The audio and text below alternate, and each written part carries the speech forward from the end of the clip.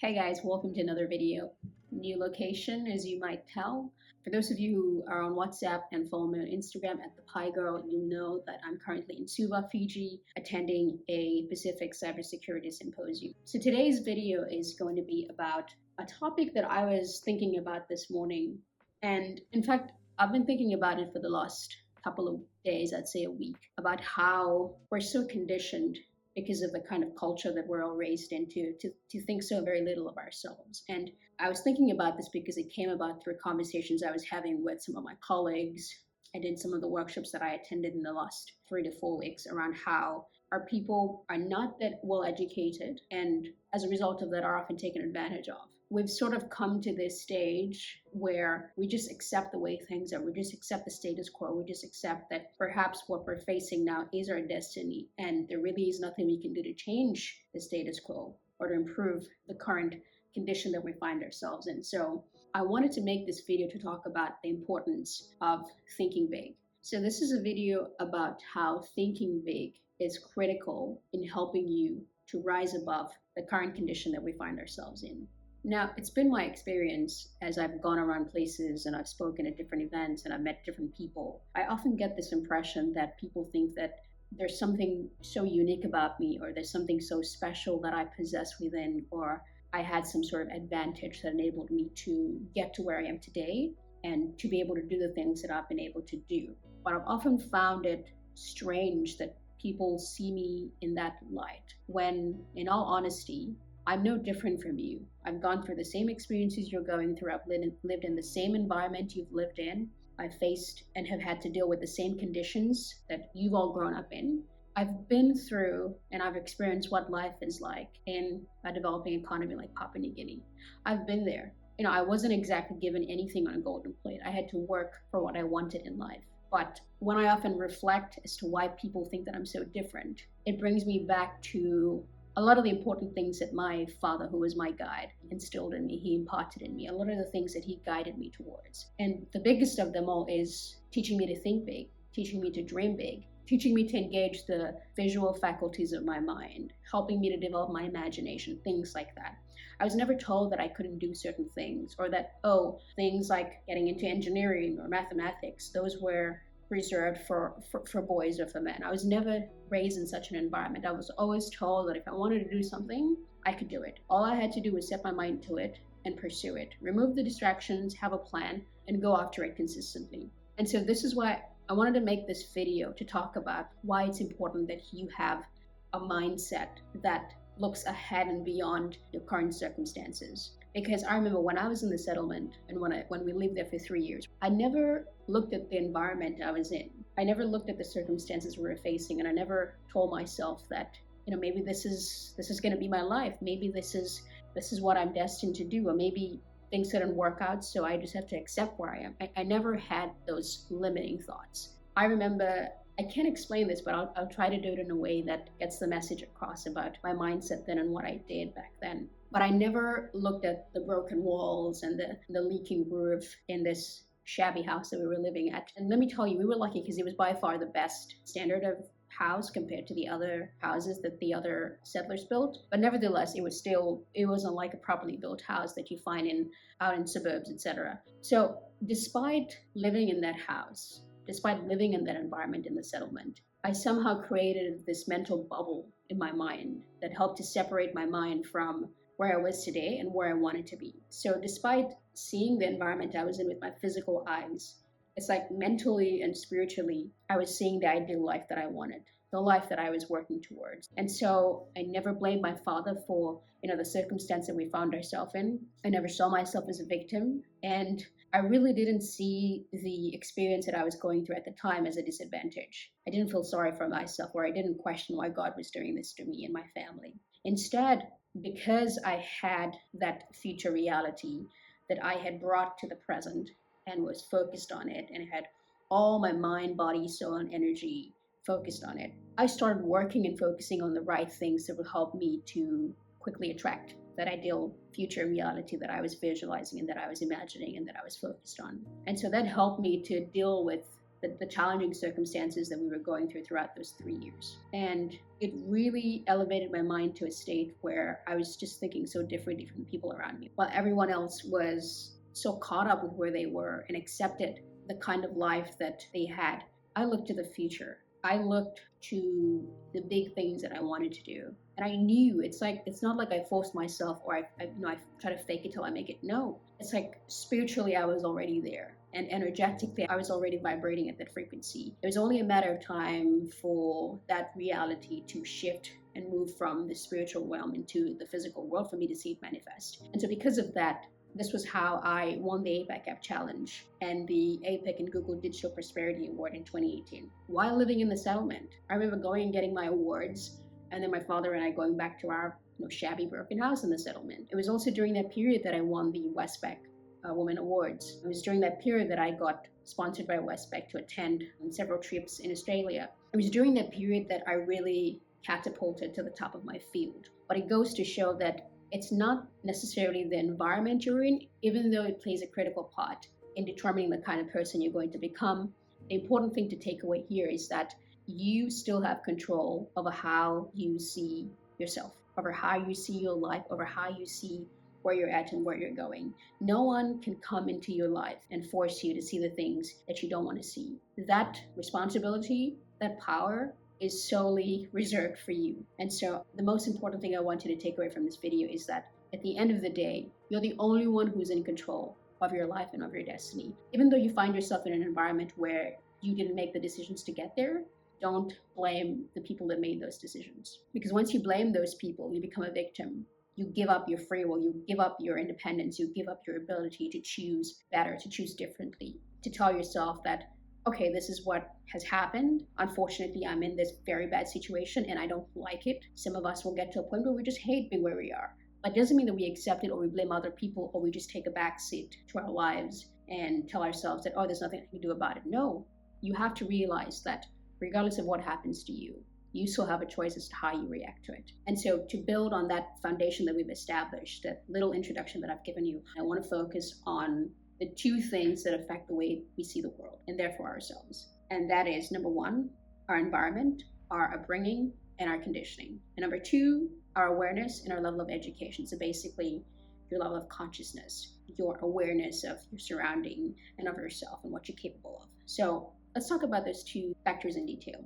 Number one, your environment, your upbringing, and your conditioning. And they're all very much related. Regardless of what you've heard so far from the people around you, we are all, at the end of the day, byproducts of our environment, of the people that we've surrounded ourselves with, and of the circumstances that we grew up in. The person you are today is due to that environment and the conditioning that you were brought up in. So that means that our environment has a significant impact on the kinds of people we turn out to be later on in life. For me personally, I had very mixed experiences. The first 10 years of my life were great because they provided a strong foundation that's helped me to easily carve out a path to where I am today. But I've shared before on the channel that it wasn't always easy. I had certain periods in my life where I had to go through very difficult challenges. And if I didn't have a strong character, or if I didn't have the kind of guidance that I received from my father, I would have easily destroyed myself. But all of that changed when I started to settle down mentally and when I started to develop maturity towards the end of my 14th birthday.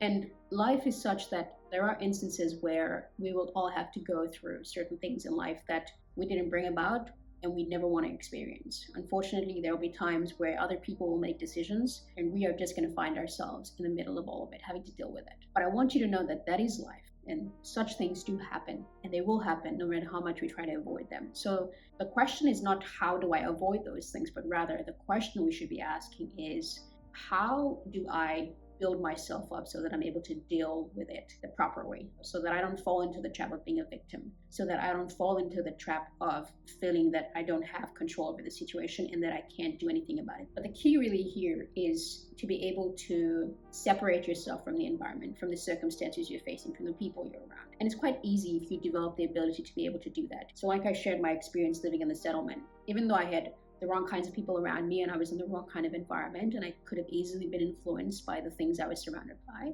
I created a mental bubble, a mental barrier between that environment that I was living in and what was going on in my head. Because the fact is, I didn't have a choice then. It's not like I had the money to go and live somewhere else. No, that was the reality that we had to face and I had to learn to live with. And I had two choices. I could either complain about it and hate my father for it and hate God about it, or I could look at that experience and say, this is where I am. This is teaching me a lot about developing discipline, being a hard worker, focusing on what's important to me and getting my priorities right at this time, and focus on working towards the kind of life I wanted. I could use that experience, that struggle, that pain, that suffering into fuel that would fire me up to pursue what I wanted to do and focus on the things that were important to me. So I created that mental barrier, that separation between the environment I was in and the reality I was working toward. So I hope you're starting to get the theme that your perception of reality, your perception of your environment, your perception of your life, your perception of what you're going through greatly impacts what's going to happen to you in the near future, down the line. And so if you're viewing things negatively, and if you're hating things, and if you're pushing all that negative emotion out into the world and out into the things that you don't want, guess what? You're going to get more of it, because you're telling the universe that this is what I'm focused on. But if you shift your attention, if you shift your focus, and if you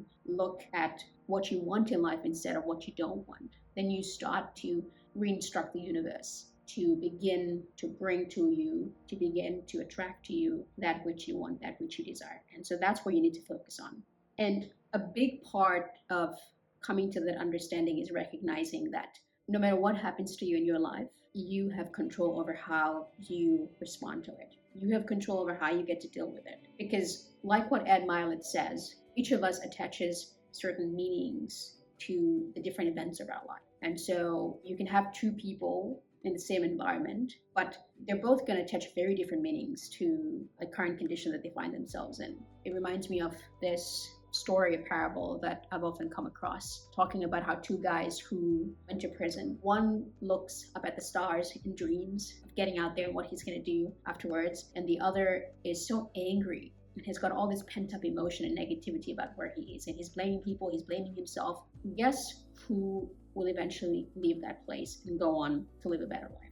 It's the first guy. It's the guy that's looking out into the stars and dreaming big and saying that this is what I'm going to do. That's what he's focused on. So keep that story in mind when you're looking at applying this in your life. Don't be the second guy. Don't be the guy who whines and complains and blames everyone else but himself. Be the first guy who's looking up at the stars and dreaming big. That's what I want to encourage you to do, to get into the habit of doing that. So this is really a paradigm shift, like what the late Bob Proctor talks about. You're basically elevating the way you think. You're shifting your thought patterns into a new way of thinking, into a new mindset, and eventually into a new personality, into a new you.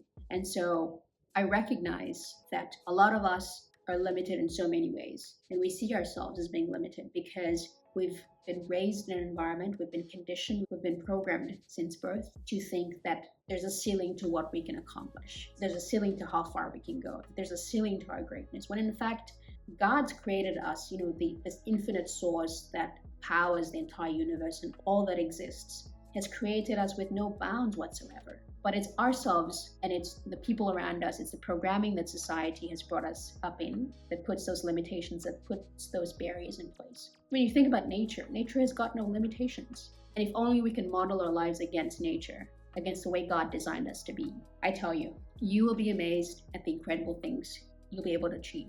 And my story is a testament to that. And I say that with humility. I don't tell you about my story to boast about what I do or the fact that I'm some kind of genius. No, I created this channel and this space online because it's my way of helping you realize that you can do incredible things, that I'm no different from you. And if I can do a lot of the things that I've been able to do, there's hope for you as well. There's a chance that somewhere along your journey, what I'm putting out will help to guide you to come across an individual or a book or some sort of event that will help to click things into place for you to then have that epiphany moment, for you to then realize that, oh my God, what Crystal's been talking about, everything she said about what I can do is completely true. I now see it, I now realize it. For a lot of us, we've been conditioned through the environment that we've grown up in, through the people, through our parents, our guardians, our social circles, our culture, our way of thinking, our traditions. We've been conditioned to think that we don't deserve the best things that life can offer us. And I'm here to tell you that that is a fallacy in your thinking, that is simply not true. That you can dream whatever you want to dream, And the best part is you can actually make it a reality. It's not just in your head, because there's a lot of science that talks about how your brain cannot differentiate between something that's being done physically and something that's been visualized, something that's been imagined. So you may be imagining something. You may be imagining the kind of life that you desire, the car you want, the house you want to live in, the university you want to go to, the dream job you want to have, the dream salary you want to have, the vacations you want to go to. You may be imagining those things in your head. You may think that, oh, it's just a figment of my imagination. But guess what? Your brain doesn't know. The only message your brain is getting is, that's what we're experiencing. This is our reality. This is the state we're in. I'm deserving of this. I'm attracting this. This is my life. You're basically reconditioning your mind to believe that you deserve that kind of life. My challenge to you here is that you don't have to accept where you are. You don't have to accept that, oh, I live in a country like Papua New Guinea and my options are limited. There's not enough opportunities for me. I went and I spoke to the computer science students at the University of Technology last week in Leh, and we had other students from other departments come and join us. But I spoke to them and I talked to them about thinking big, thinking globally, being global citizens. I told them, don't limit yourself to Papua New Guinea. Yes, there are some opportunities there, and Papua New Guinea is still developing, so you have the opportunity to be the next generation of change makers, of leaders that will help to steer this country in the right direction. But do not limit yourself to Papua New Guinea. There are vast options out there for anyone to take. And I apply what I'm telling you. I have big plans to go and live in the US, to go and buy a house in Australia, to travel the world, to work with some of the big tech companies. I don't see any of it as an impossibility or as something that's just out of reach for someone like me. In my mind, I know that whatever it is that I want to do and whatever it is that I want to achieve and the kind of life that I desire for myself, the ideal life is within reach for me. And I may not be there now, but I'm getting there. I'm making strides towards it. And so I want to encourage you to think big, to think beyond the environment that you're in, because that's not your future. That's not the life you deserve. You deserve better. And you need to be the example to the people around you. You need to be the one to start that change, to create that mind shift, to introduce that new pattern of thinking. I've done it for my family, and I've now established a standard that my children are going to follow, and they're going to be raised in that kind of way. So I want to challenge you to get into the habit. Become comfortable with thinking big. It's not about boasting and bragging and thinking, having so much pride and vanity. It's nothing to do with that. But it's about, going quiet and thinking deep within and asking yourself, what do I want? What do I want for myself? And it's not being selfish thinking about yourself, because here's the thing.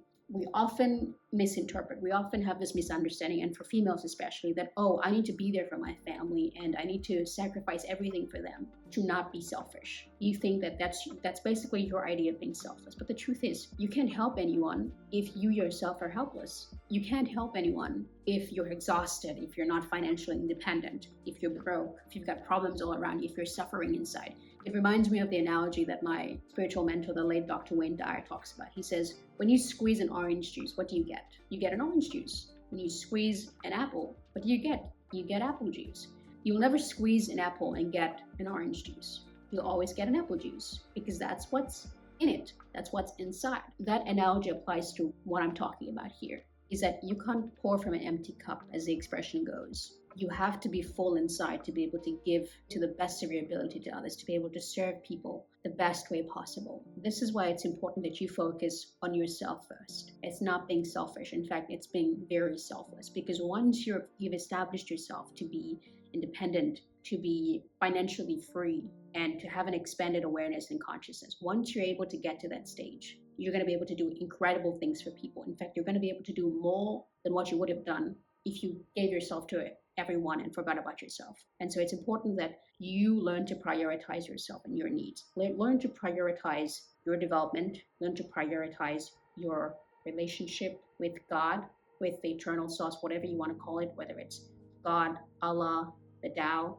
It's important that you maintain a deep connection with the source and with your true self, because that's the only way you're going to find yourself, by going deep within and by connecting to the eternal source. You won't find it externally. You won't find it engaging in the physical pleasures of this world. You'll find it when you become quiet and when you go within to yourself. So we've talked about the environment, the upbringing, and the conditioning. Now I want to move on to the second factor that affects the kind of person you're going to turn out to be. And that is your awareness and your level of education, basically your level of consciousness, your level of thinking.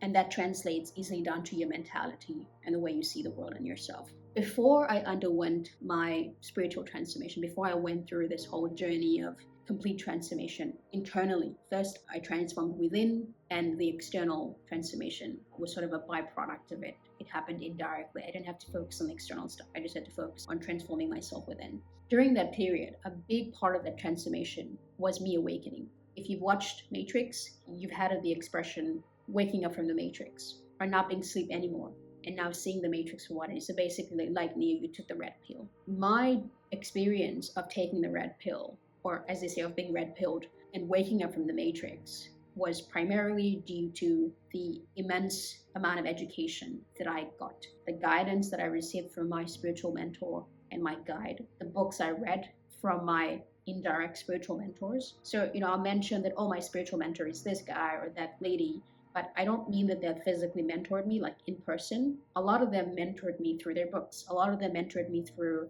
the programs that I subscribed to and I watched online. So you can have mentors like that are not in physical contact with you, but that in some way affected your life in a positive way and have helped to steer you in the right direction. A lot of that transformation that I underwent was due to the kind of education that I went through. It was during that period that I just read immensely. I shared in one of my previous videos, I'll leave a link to it in the description, how I earned my first 6 figures by the age of 18. I was able to do all of that because I expanded my awareness of who I was, what I was capable of, and the powers that are there at play that both work to suppress me and my abilities and what I'm able to do, but also the powers that be that give me the ability to be able to achieve what I want to do, to be able to attract the kind of life that I desire. So for a lot of you out there, apart from your environment and your brain that's conditioned you to think so little of yourself, the second part to the story is that you don't have an expanded enough awareness to be able to realize, to be able to wake up from this deep slumber that you find yourself in.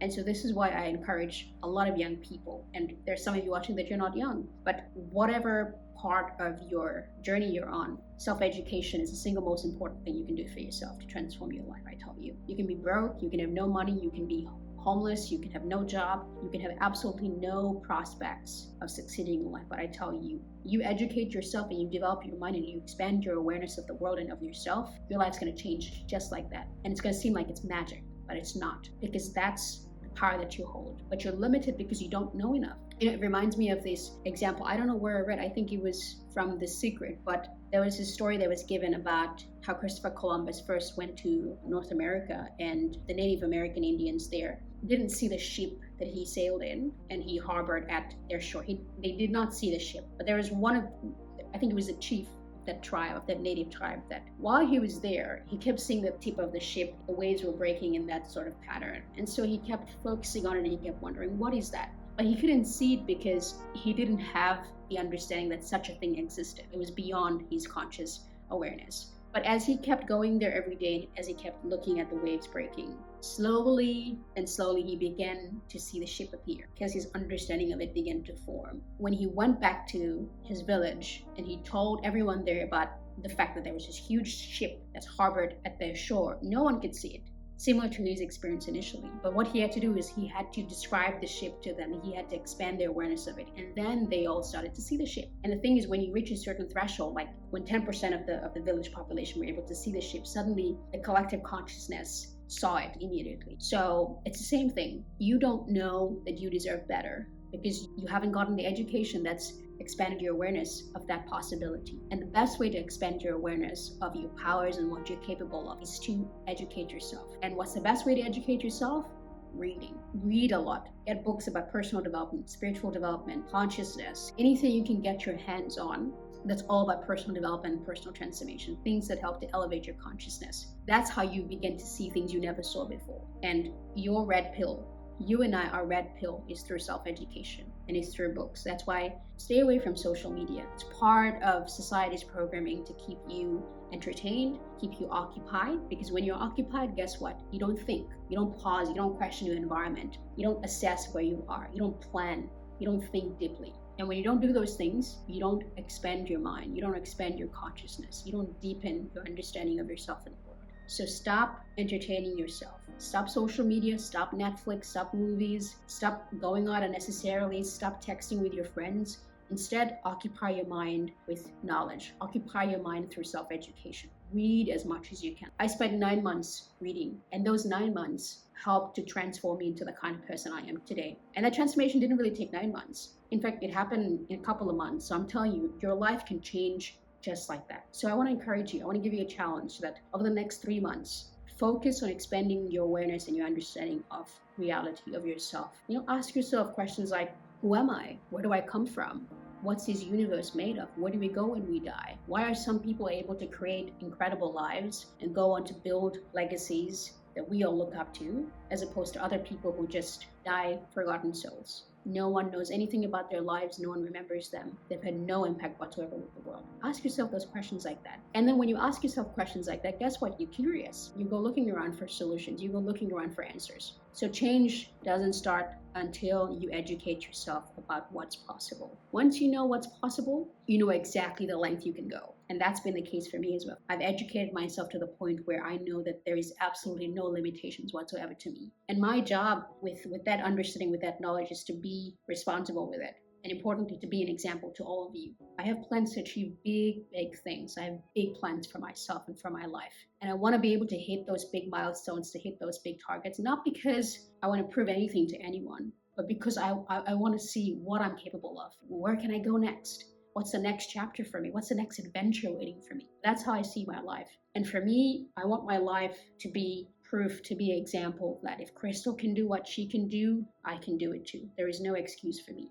So think big, because there is no bounds to your spirit. There is no bounds to this incredible being you are. You don't know it yet, but there'll come a time as you self-educate yourself, as you go through the process of awakening your consciousness and realizing what you're capable of and the powers that God has instilled in you. You and I were cut from the same cloth. We're no different. But the reason why certain people are able to succeed is because they simply know more than you do. And they know how the laws of the universe work. They know how to play the game of life. They apply the right rules and they get ahead quickly. And if you want to do the same thing, well, you got to learn what they know and apply it, implement it, practice it. Be that kind of person. And very soon you're going to be very surprised with who you turn out to be and where you find yourself in life. I promise you that. I want to sum up this video by saying that you are allowed to think big. You are allowed to dream big. You are allowed to have aspirations that no one in your family has. You're allowed to do that. And like they say, dreaming is free, but not many people do it. Yet they pay the price of not getting to where they want to be in life. And you don't want to be in that position. So there's nothing stopping you whatsoever from visualizing, from imagining, from dreaming the kind of life you want. It's simple. When you're not doing anything, just lay on your bed, relax, maybe play on a nice music like jazz or your classical music or Christian music if you're into that, and dream away. There's nothing stopping you from doing it. Visualize and see in your mind the kind of life you want. You know the video I did about how I got 100,000 by the age of 18? I visualized that. I applied the law of attraction, what I learned in The Secret. I had intention, I had desire, and I knew what I wanted. And lo and behold, 3 years later, by the age of 18, I found myself having earned 100,000. So visualize, use your visual and mental faculties. Another thing I want to leave you with is remember that regardless of what happens to you or where you end up in life, never blame anyone. Never be the victim. Never see yourself as being helpless. You are in the driver's seat of your destiny and the buck stops with you. For me, that is one important rule I live by, that no matter what happens in my life, I don't blame anyone. I just don't do it. I look at myself and I said, what do I need to change? And once I've determined that, I make the changes. And that's important because once you understand that, your life starts to change. Magic starts to happen in your life, I tell you. Because guess what? You're no longer waiting for the circumstances to change. Rather, you take initiative. You do what's necessary to get to where you need to be. That's what a person who's in control does. That's what a person who's sure of himself or herself and what they want to do, that's the kind of character that those sort of people have, and you need to do that too. So I hope the video was helpful. I look forward to hearing your thoughts in the comments below. Let me know what your dreams are, what your aspirations are, what you'd love to do, what you hope to do, what your hope for the future is.